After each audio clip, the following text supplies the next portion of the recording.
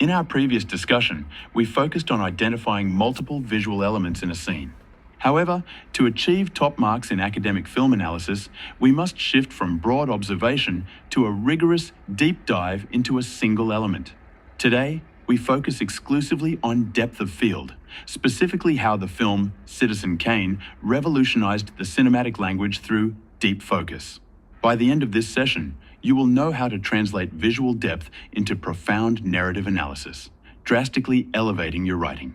Let's compare two fundamentally different approaches to depth of field. In a shallow focus shot, only one plane is sharp while the rest remains blurred. Here, the director is dictating your attention, forcing you to look exactly where they want. But with deep focus, the foreground, midground, and background are all crystal clear simultaneously. By presenting all visual information clearly, the director hands the choice back to you, the audience. This technique is known as staging in depth, forcing viewers to process multiple narrative layers at once. Let's apply this concept to a famous sequence from Citizen Kane. We can deconstruct this deep focus shot into three distinct spatial layers. In the immediate foreground, dominant and large, we have the adults signing a legal document. In the midground, we see architectural structures, like a desk and a window frame, separating the spaces. And in the farthest background, tiny by comparison, young Kane is playing outside in the snow. You are forced to witness three distinct narrative realities occurring simultaneously within a single frame. The director could have easily used three separate camera shots and edited them together.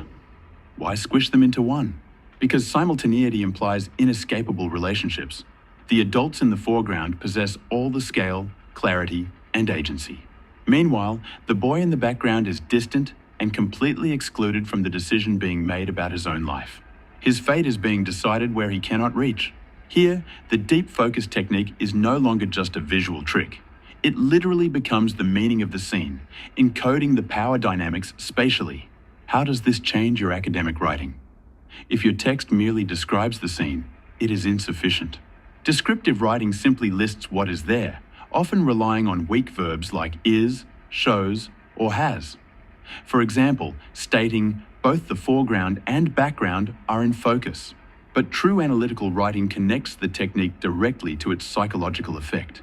It uses strong verbs, conveys, implies, or establishes. For example, the simultaneous clarity of the adults and the child conveys the boy's total powerlessness over his own destiny. This is how you climb from basic observation to high-level interpretation. Let's consolidate what we have learned. Deep focus. 电影爱好者们来 Film Door 等 online 一起学习。B 站也有我们的视频，随时就能入门电影。